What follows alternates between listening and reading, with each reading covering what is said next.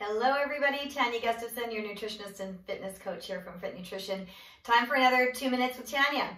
Okay, so today we're going to talk about water versus hydration. All right, everybody thinks that, everybody knows, I think, that we need to drink a lot of water every day. That most of our body is made up of water. Most of the functions in our body that take place need water in order to make that happen. All the things that happen in your brain need water to make that happen. And so we just know that. We know that water is good for us, right? A little analogy I like to use is our cells. We want to hydrate our cells.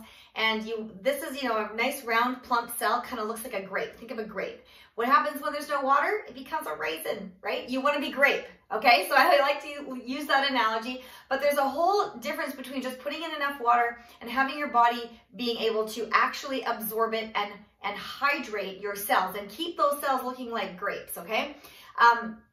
All of our connective tissue and fascia really needs to be hydrated, and sometimes just drinking a lot of water isn't going to do it.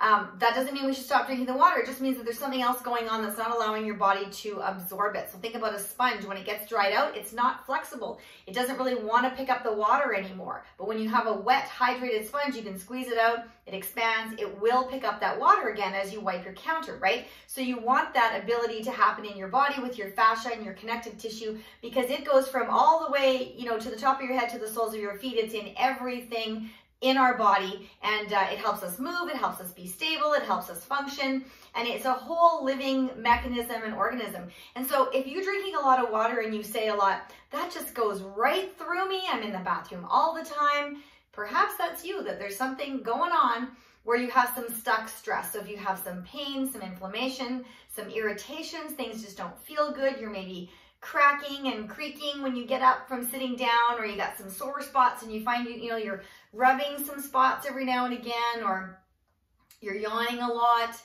digestive issues, maybe hanging on to a bit of weight that you just can't get rid of even though you think you're doing all the right things.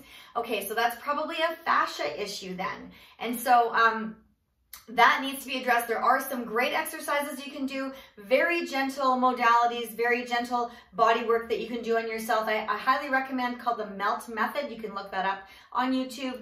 You can check in my 8 weeks is all it takes group as well, because I've got some links in there. It's a really great little routine. You can check out and find some areas in your body that might need a little bit of melting, and you can try and do those and see if that helps you. You got to do it consistently though, okay? Anything I recommend is not just a one-shot deal. You got to do it, you got to be consistent, and you got to keep it up. Maintenance on your body is like maintenance on your car, okay? So water versus hydration. Yes, you need to drink it. If your body's not absorbing it, what's the use, right? So check it out. Think about those things I said, and hopefully you can get hydrated.